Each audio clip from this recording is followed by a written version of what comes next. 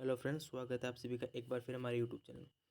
तो हम आपके लिए आज कक्षा 12 अनिवार्य हिंदी का जो पेपर लगा है वो लेके आए, उसका पूरा सॉल्यूशन लेके आए। हम आपको बारी बारी से सब क्वेश्चन के आंसर बताएंगे। तो आप हमारे चैनल को सब्सक्राइब कर दीजिएगा और वीडियो को लाइक कर दीजिए। तो चलो शुरू करते हैं। तो देखो, हमारे पास पहला क्वेश्चन है ये गद्यांश वाला। ये पूछा गया कि उपयुक्त गद्यांश का उचित शीर्षक क्या है। इसमें गद्यांश का शीर्षक है सुख और दुख हो जाएगा।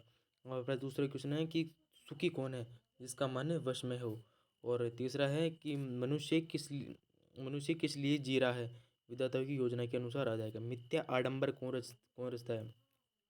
इसमें पूछा गया है कि मिथ्या आडंबर कौन रचता है। इसमें आएगा जो मन के वश में नहीं हो।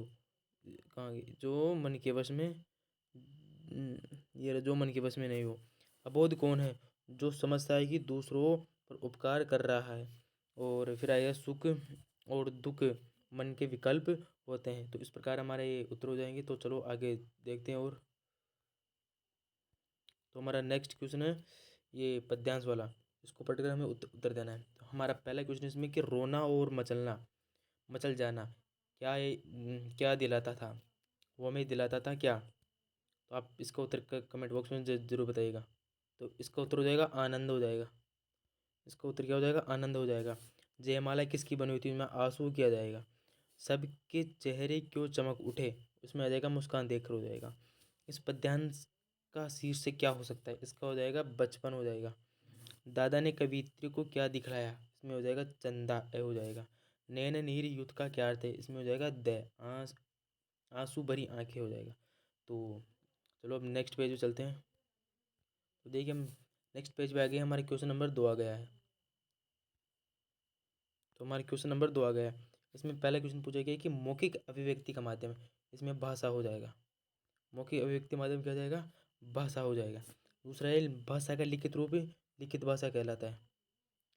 क्या कहलाता है, लिखित भाषा कहलाता है।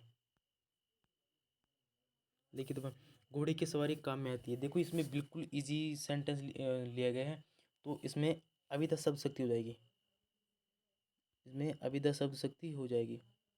और हमारे पास नेक्स्ट क्वेश्चन आ गया फिर ये वाला लक्षणों के आधार पर। तो इसमें हो जाएगी लक्षणा हो जाएगी। लक्षणा हो जाएगी इसमें। फिर हमारे पास नेक्स्ट क्वेश्चन है चारु चंद्र चंचल किरण उक्त पंक्ति में च वर्ण की आवृत्ति के कारण कौन सा अलंकार हो रहा है, अनुप्रास अलंकार हो जाएगा।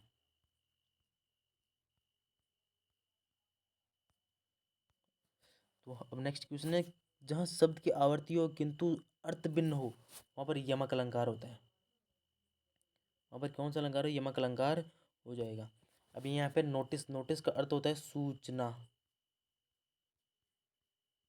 और फिर सर्कुलर।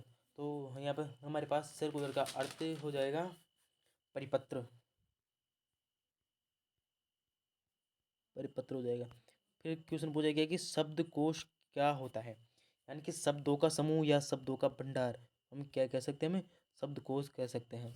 इंटरनेट पत्रकारिता ये आपके मतलब किताब में से है। बख्तिन का वास्तविक नाम लक्ष्मी अर्थात लक्ष्मीनता। और यशोधर बाबू अपनी घरवाली के आधुनिकता का आचरण करने पर क्या कहकर मजाक उड़ाते थे। तो ये हमारे सिल्वर वेडिंग वाली चैप्टर में से आया है। तो इसमें वो बार बार कहते थे समा हाउ इम्प्रॉपर। तो नेक्स्ट क्वेश्चन है कि सिल्वर वेडिंग कहानी का आशय है। और इसके बाद जूझ कहानी के आधार पर बताइए कि लेखक के पिता ने उसकी पढ़ाई क्यों छुड़वा दी।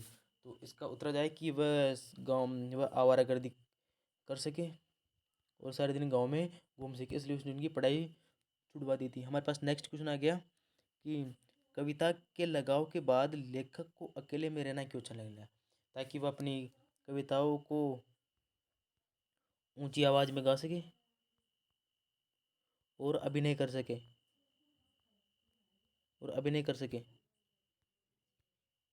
फिर हमारा नेक्स्ट क्वेश्चन है कि कवि रघुवीर साय की किन्हीं दो रचनाओं के नाम लिखे। तो एक तो आ जाएगी सीढ़ियों पर धूप और आत्महत्या हत्या के विरुद्ध। और महादेवी वर्मा का जन्म 1907 फर्रुखाबाद उत्तर प्रदेश में हुआ था। फिर स्कूल स्कूल में लेखक का पढ़ाई में ध्यान कब लगने लगा और जूझ कहानी के आधार बताए। जब उसकी दोस्ती थी ना, दोस्ती वो बसंत पाटिल के साथ हो गई थी और टीचर भी उसके साथ अपनेपन का व्यवहार करने करने लगते थे, तब उसका रुझान है ना वो पढ़ाई की तरफ बढ़ने लग गया था।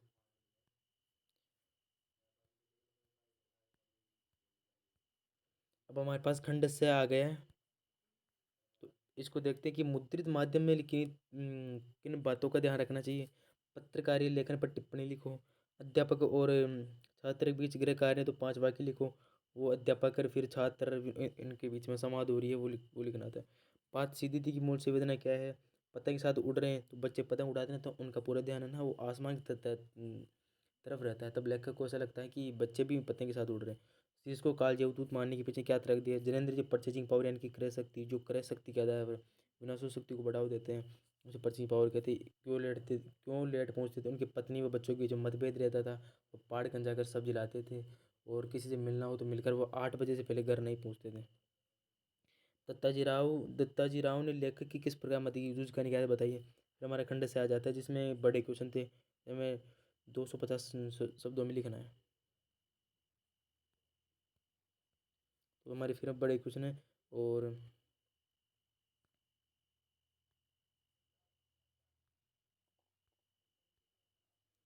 फिर ये बगजवाल आ गया है कि फिर सोलो वेडिंग कहानी में यशोर व पत्नी के बीच में वैचारिक मतभेद तक बताइए। एक विद्यार्थी के जीवन में गुरु का क्या महत्व होता है। अथवा में ये क्वेश्चन पूछा गया है। और फिर हमारे पास हरिवंश राय जी का और उनका कवि परिचय पूछा गया है धर्मवीर भारती का। फिर ये कुछ सप्रसिंग व्याख्या थी।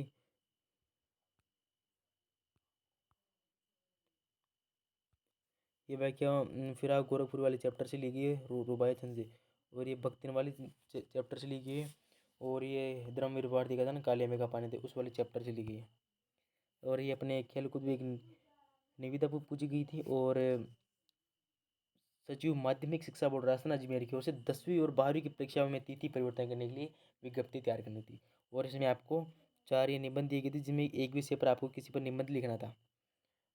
तो है तो दोस्तों आपको वीडियो पसंद आएगा तो हमारे चैनल को सब्सक्राइब कर दीजिए, वीडियो को लाइक कर दीजिए और कमेंट में बताएं कि आपके कितने नंबर आए हैं। तो थैंक यू, बाय, फिर मिलेंगे अगली वीडियो में।